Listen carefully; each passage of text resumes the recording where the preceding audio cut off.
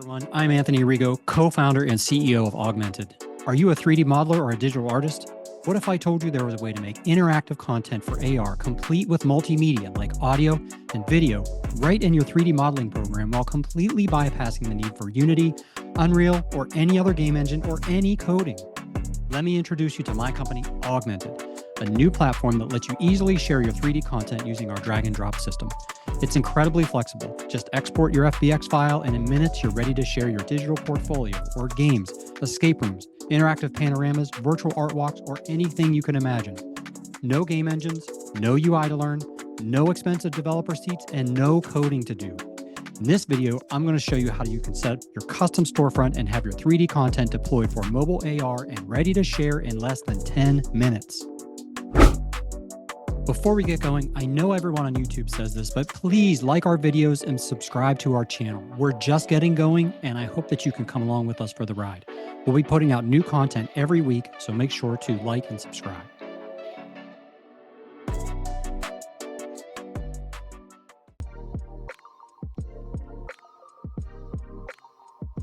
First, go to our website, augmented.com, and sign up for an account. When you log into the Creator Studio for the first time, you should see the organization information that you used to sign up. You could change this information right here if you want, or you can leave it as is. If you have a website, you can put it in right here. Here, you can put who owns the copyright to your content. And down here, you can add your logo if you have one. If you don't have any of these things, then you can just leave everything as is. You should see a tour here already, which will say My First App. And this is the top level of your new tour. If you left click the three dots right here next to the organization name, you can create a new tour. In this case, I'm just going to rename the My First App to something else.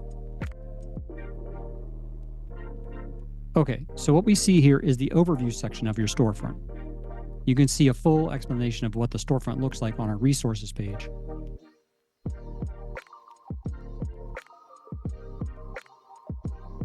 If there was an address, or if I wanted someone to access this content at a specific location, then I could put an address in here. We have lots of information on our website about how to use the maps feature, but I don't need that for my app, so I'm going to leave this blank. So now that the text descriptors are in, it's on to the images. This is where you can put in your hero image. This is a 4:3 ratio image. If you click here where it says read more, you can see additional descriptions of what you'll need.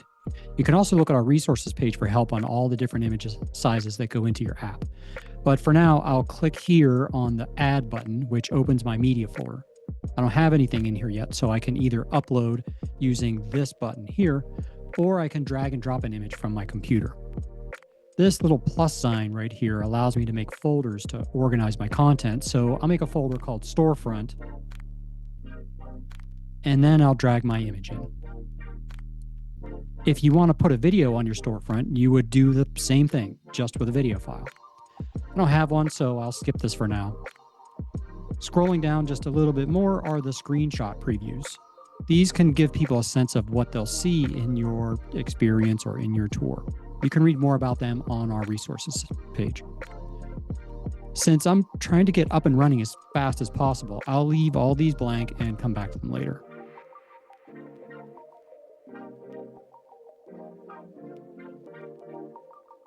All right, the next tab is the introduction, and this has a welcome splash screen and a banner. The splash screen is optional, but we really recommend that you put something in. It just looks a lot nicer to the user and gives a nice transition into your app. I'll add one by, again, clicking the plus here and adding my image. We have banner templates on our resources page that you can use, but I already made one, so I'll repeat the process of adding a file to my media folder and then selecting it. The banner is a 4:1 ratio image, and we recommend 1024 by 256 pixels.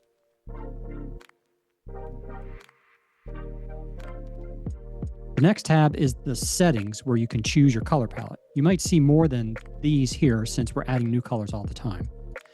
Next is the terms and conditions tab, where you'll need to agree in order to continue, and we recommend that you read through these. You now have your basic storefront all set up, and if I were to hit the green save and publish button right here, it would be live in the app in roughly about 2 minutes. But you don't want that right now, so I'll just hit save. Now we're on to the main section of the content that users will see when they enter into your tour or portfolio.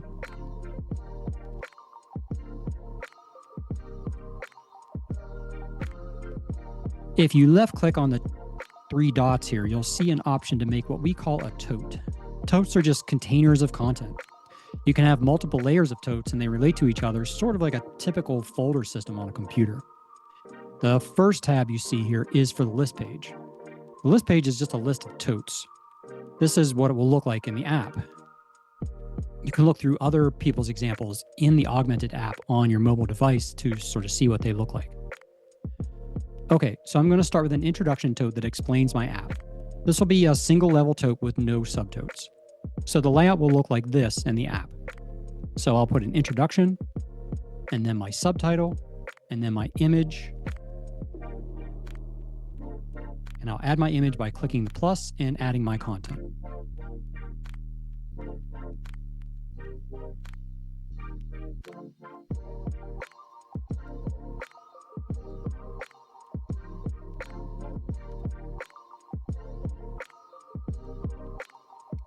Next is the info page. This is what an info page looks like in the app. Here you can put an image slideshow, video, audio, text, and AR interactivity. The app builds itself as you add content. So if you add a video, for example, the app knows that there's a video and automatically adds the video play button and the video player. If you add audio or images or AR, it does the same thing. The app adapts to the content you put in and builds itself as you go. The bare minimum you need for an info page is a title, a description, and at least one image. Okay, for the info page content, I don't have a video, but if I did, I could put it here. You would just need to put your video and a keyframe. You just drop those in here and the app takes care of the rest. So if I were building a very basic 3D model portfolio, I'd probably just skip right down to here and start at the content section. This says screen space display. So there are 2 different kinds of displays. Screen space is what happens on the 2D screen. Things like images and audio and video and text. The other kind of display is a world space display, and that's where all of the AR activity happens. So here I'll add my title, my subtitle, and my image.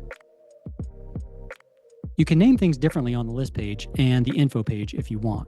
It's up to you. Most people just name them the same, but there might be a reason why you'd want to change it up. I'll name mine the same, so I'll just copy and paste from the list page and make it the same. Next, I'll pick an image to go on my page. You can add as many images as you want, but we recommend not adding more than 8 or 10. Any more and you probably should make another tote.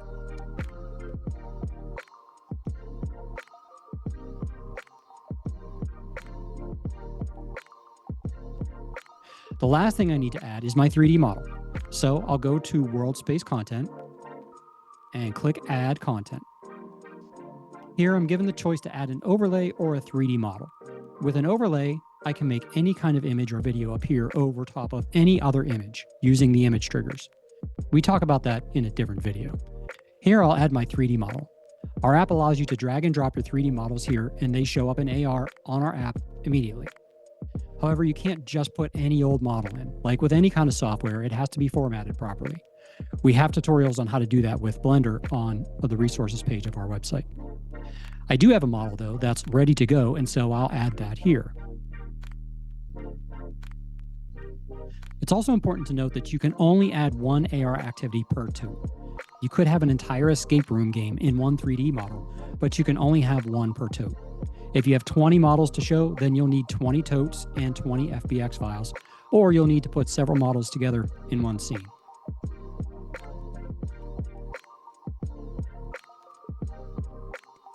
Once you're ready, you can publish your experience and see how it looks. We have a whole section on publishing and unpublishing on our resources page, so I recommend you look through that information. To save something, you just hit the save button right here. Notice that what's saved is in light gray. Once I'm ready to see it live, I can use the green Save and Publish button. So the first time you're going to publish something, you want to go to the top level and click this arrow right here and Save and Publish with Descendants, and then check this box.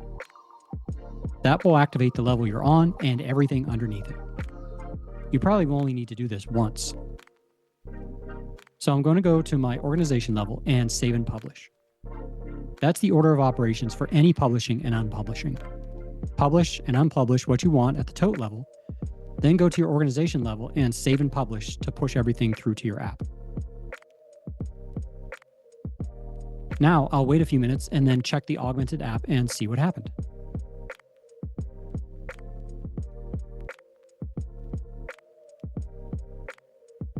Okay, so here I am on the Augmented app, and here's my storefront.